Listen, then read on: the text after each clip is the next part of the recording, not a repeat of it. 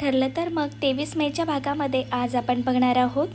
अर्जुनने सचिनला अस्मिताच्या डिवोर्सची नोटीस पाठवलेली असते आणि हा धक्का सचिनला खूपच मोठा बसतो, कारण सचिनला कल्पनासुद्धा नसते की एवढ्या लवकर माझ्याकडनं डिवोर्स घेतील. तर सचिनला असे वाटते हे नक्कीच माझ्याकडनं पोडगी घेणार. पोडगी घेऊ नयेत म्हणून तो खूप मोठा प्लॅन करतो. सचिन चक्क खिशाला पेनाचा कॅमेरा घेऊन सुभेदारांच्या परत एकदा घरी येतो आणि सर्वांना विरोधात करत त्या कॅमेऱ्यामध्ये स्वतःचे पुरावे सेव्ह करून घेतो. सचिन घरी येतो. घरी येताच अस्मिता सचिनला म्हणते, तू इथे परत येण्याची हिंमत कशी काय केली? मी तुला सांगितले ना, आता आपण कोर्टामध्येच भेटायचं. मी तुला डिवोर्सची नोटीस पाठवलेली आहे आणि आता उद्याच त्याची हेअरिंग आहे. तर घाणेरडा सचिन अस्मितावरतीच आरोप करतो. सचिन अस्मिताला म्हणतो, मला माहीत आहे तू मला डिवोर्स का देत आहेस.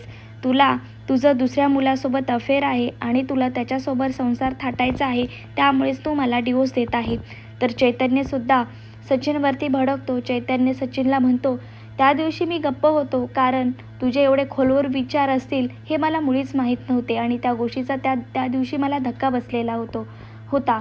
पण आता मला माहीत झालं आहे तू नीच लेवलचा व्यक्ती आहेस आणि तू कोणत्याही लेवलला जाऊ शकतोस, तू बोलू शकतोस. तर प्रताप, कल्पनासुद्धा चांगल्याच प्रकारे सचिनची खरडपट्टी काढतात आणि त्याला चांगल्याच प्रकारे चोप देतात. तर सायलीसुद्धा मागे सरत नाही. सायलीसुद्धा सचिनला म्हणते, तुझ्याकडनं आता पोडगी तर आम्ही घेणारच आहे. तर सायली अस्मिताला सुद्धा म्हणते, ह्याला असं तसं सोडायचं नाही, याच्याकडनं पोडगी चांगलीच पिळून घ्यायची आहे, कारण हा मोकळं सोडण्याच्या लायकीचाच नाही आहे, ह्याच्याकडनं पोडगी घेतलीच पाहिजे. असं आता सायलीसुद्धा अस्मिताला सपोर्ट करत असते.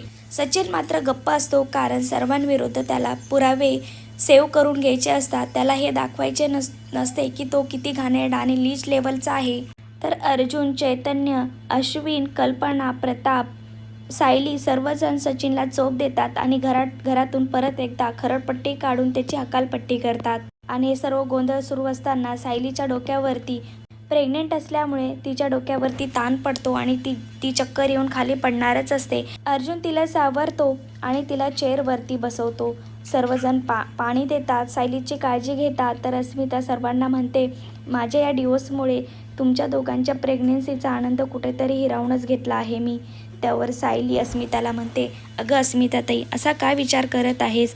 अजिबात असा विचार करू नकोस आणि सर्वजण आम्ही तुझ्यासोबतच आहोत. तू अजिबात स्वतःला एकटं वाटून घेऊ नकोस. तर सायलीला रूममध्ये आराम करण्यासाठी पाठवतात, कारण सायलीला या सर्व गोष्टीचा खूपच ताण आलेला असतो. तर अर्जुन अस्मिताला बोलण्यासाठी आणि डिवोर्सचे काय काय नियम असतात हे समजून सांगण्यासाठी तिच्या रूममध्ये निघून जातो. असं सिरियलचे सर्वात आधी अपडेट पाहण्यासाठी माझ्या चॅनलला सबस्क्राईब करा.